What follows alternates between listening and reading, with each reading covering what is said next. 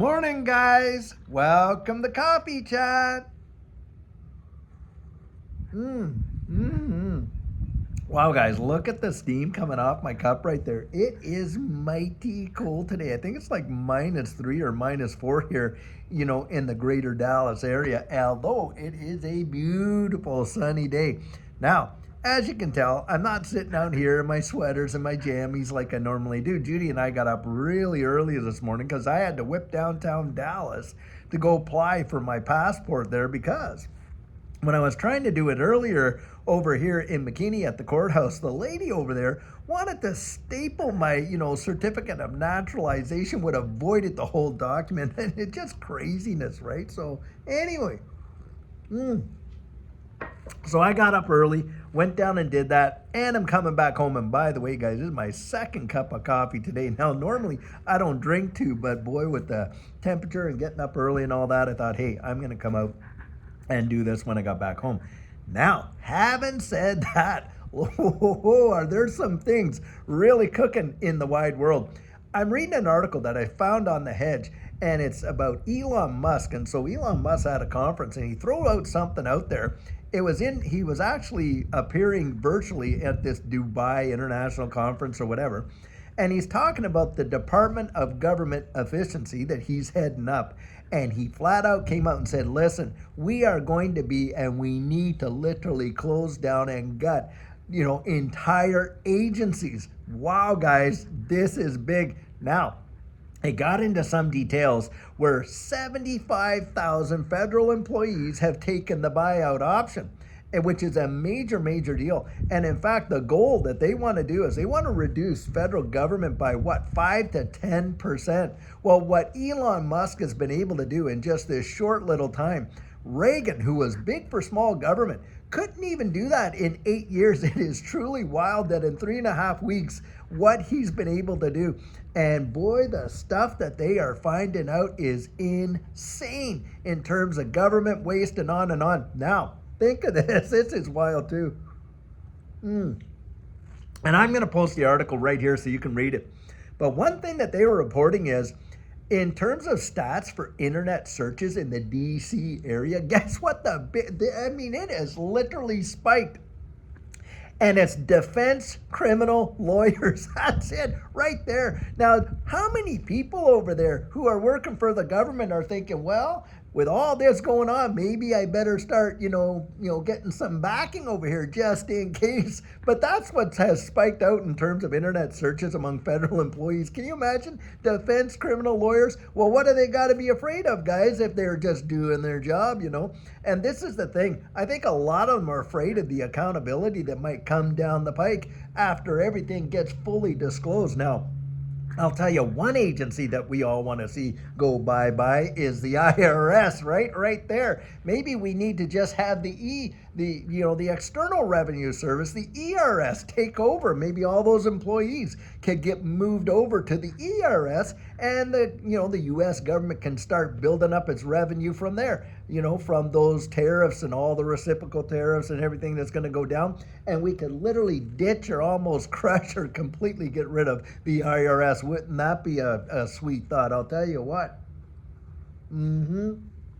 Guys, it is high time somebody somewhere started to actually do some digging and get rid of all of this government waste and bloated budgets and everything else that is just insanity that is literally causing you and I to feel amazing amount of pressure and pain, with what we have to pay out in taxes. And of course, on the other end, where they're literally crushing the purchasing power of our dollars with what's going on over here with the Federal Reserve. Every 75 days or so, they're printing another $1 trillion. Now, think about that. That is like mind-boggling when you really start to think of the amount of money, and then you see all the waste and the stuff that is truly going on. Why in earth do we even have to pay taxes? Because, it's not this old revenue has to come back. They don't need it, guys. They can create it at will. But this whole debt-based system is about the transfer of wealth into the hands of the 1% and 2%ers. It's all about, inflate. That is the name of the entire game, and they will use any excuse to do it. Now, when you really get to understand how a debt-based system works, where the Treasury creates the T-bills that the Federal Reserve goes and buys, creates that debt, then funnels the money out to banks where it's all that. Who benefits from that? Well, guys, it's not the rank and file. It's not you and I.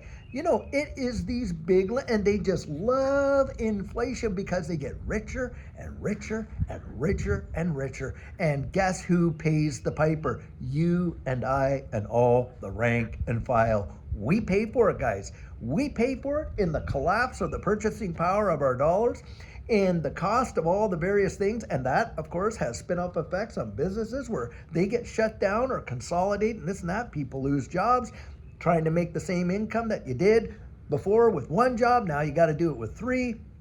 On and on and on. And it's probably the most sickening, corrupt system there ever was. Do you know the United States used to be a wealth-based system where it was actually built on sovereign wealth and what you had? You didn't have income taxes the way they are now, guys. That was not the way the country was founded. And you actually brought in revenue from external sources with tariffs. If you wanted to participate in the U.S. economy, well, there was a price to pay for that. And yeah, okay, that price was passed on to the consumer, no doubt about it. But then it's a choice as to whether you go out and buy those particular goods and pay that additional cost. Everyone would have their own free will and choice. Instead of a debt-based system where they claw it all back at the end of the day anyway, and you stay on the hamster wheel over and over, year after year after year, and it's the working poor, right?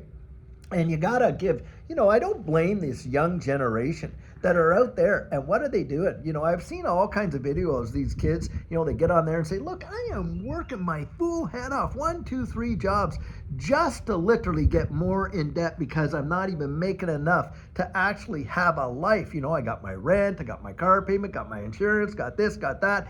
And if I want to go out with my friends on the weekend, well, I have to put that on a credit card, this and that. If I want to participate with my family and this and that. And so what happens? Slowly but surely, they end up deeper and deeper in debt and more beholden to the system that supposedly is the American dream. Come on, that is the American nightmare right there. And that's what it has turned out to be for a lot of people.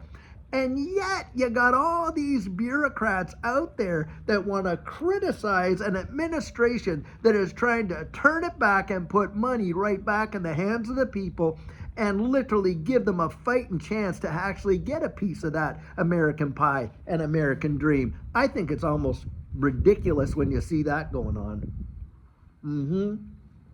And so I'm in full favor of a smaller government. We don't need this bloated amount of people out there working to actually run this country. Do you know that? You really don't.